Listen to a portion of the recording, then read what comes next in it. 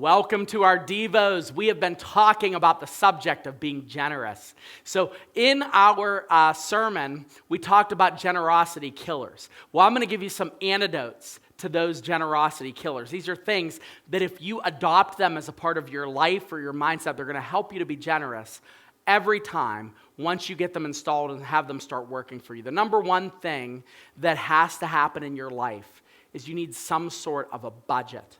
Now, I don't like that word because people think of budget, they think of restriction, they think of, I can't spend my money, it's all stuck. Well, I don't look at it like that. A budget is a spending plan.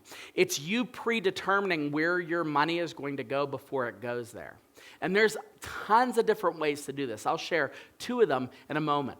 But scripturally speaking, we are told to behave a certain way when it comes to our resources. Proverbs chapter 6, verses 6 through 8.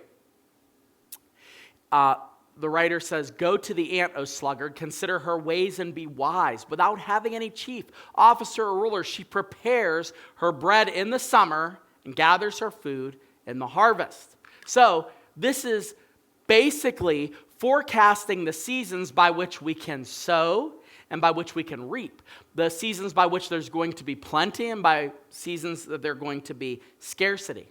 And a budget keeps you in line with the moving seasons. Now, I've evolved on this subject over the years, and I'm not the best at it. There's some people in the church that I would point to that are a million times better than I am when it comes to their budget. But there's two tools. Of course, number one, you could go online and get Dave Ramsey's stuff.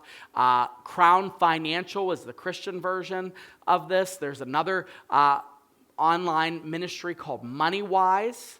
MoneyWise is another type of ministry, and they have a podcast where they talk about budgeting and planning for expenses, all that stuff, too granular to get into for here.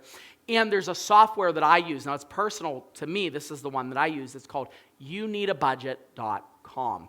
ynab.com, Y-N-A-B. Now, I say all that to say this. Whatever tool you use, you say, well, which tool is the right tool, the one that you use? It's like, well, which Bible is the right Bible to get? Should I get an NLT version? Should I get a King James version? The best Bible that you are going to get is the one that you'll actually read. Regardless of how you want to be generous, if you don't make a plan for what happens to the other parts of your money before it's spent, you're going to get to the end of a pay period and go, I don't know where this money went. I have no idea. A budget enables you to forecast, just like the ant, in seasons of plenty and in seasons of scarcity.